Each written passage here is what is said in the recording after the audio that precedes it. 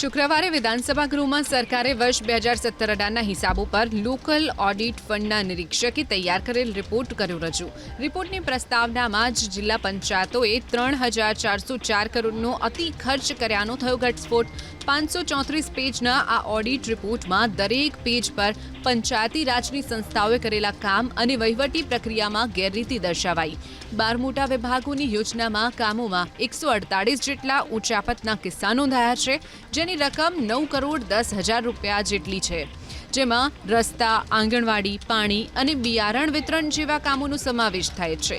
6 વર્ષે રજૂ કરાયેલા આ ઓડિટ રિપોર્ટમાં જેમની આગેવાનીમાં કૌભાંડ, ઉચાપત અને નાણાકીય ગરબડો થઈ તે ચૂંટાયેલા જનપ્રતિનિધિઓની તો ટર્મ પણ હવે પૂર્ણ થઈ ચૂકી છે.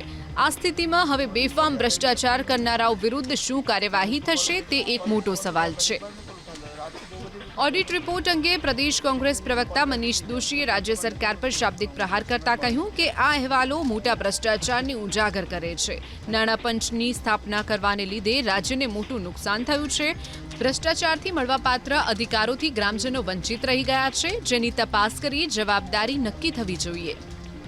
આ પંચાયતી રાજની અંદર જે રીતે વિધાનસભામાં ગઈકાલે અહેવાલ રજૂ થયો, એ અહેવાલે પંચાયતી રાજમાં એટલે વિવિધ પંચાયત, જિલ્લા પંચાયતમાં ચાલતા મોટા ભ્રષ્ટાચારનો ઉજાગર કરે છે. હજી આ અહેવાલ તો 16, 17, 18 આવે છે, પણ સરકારે પોતે નાણાં પંચની સ્થાપના ન કરવાના કારણે ગુજરાતના 1100 કરોડનું.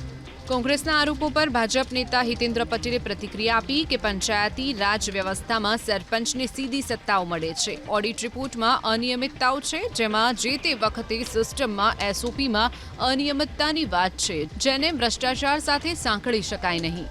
નગરપાલિકાઓના વિકાસ માટે ગુજરાતમાં 4 ઝોનલ નગરપાલિકા પરિષદો, એના માર્ગદર્શનમાં સીધા વિકાસના કામો થાય.